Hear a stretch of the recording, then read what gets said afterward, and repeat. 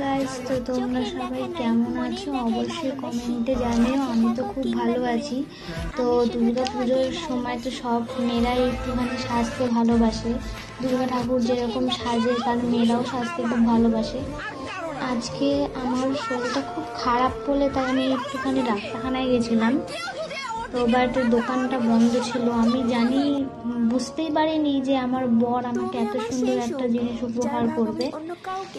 ঠিক আছে, তো দেখো আমার বরকে বলতে হয় না যে আমার এটা লাগবে ওটা লাগবে। আমার বর কি করে বোঝে আমি বুঝতে পারি না যে আমার এই জিনিসটা প্রয়োজন বা এই জিনিসটা দরকার। কি করে বোঝে একটা ছেলে একটা মেয়ের জিনিস কি করে বোঝে আমি সেটা বুঝতে পারি না। বাট আমার বর আমাকে খুব ভালোবাসে। দেখো আমার বর আমার জন্য কত কি কিনে দিয়েছে। কি করে যে একটা ছেলে একটা মেয়ের বোঝে আমি শুধু সেটাই। তো হ্যালো বন্ধুরা, দেখো পার্ট 2 ভিডিও নিয়ে আসলাম।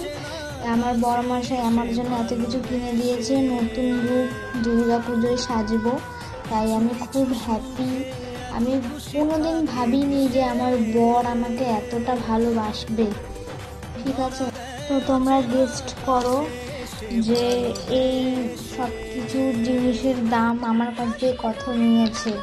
সব কোম্পানির জিনিস আছে।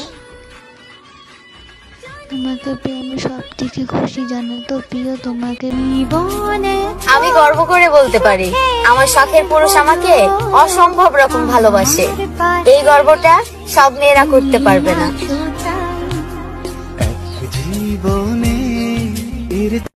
শোনো, তুমি শুধু আমার আর কারো না। ও শুধু আমার, আমি ভালোবাসবো ওকে।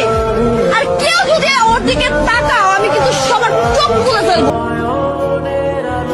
তুমি আমার সেই সুখ যার ভাগ আমি অন্য কাউকে দিতে পারবো না।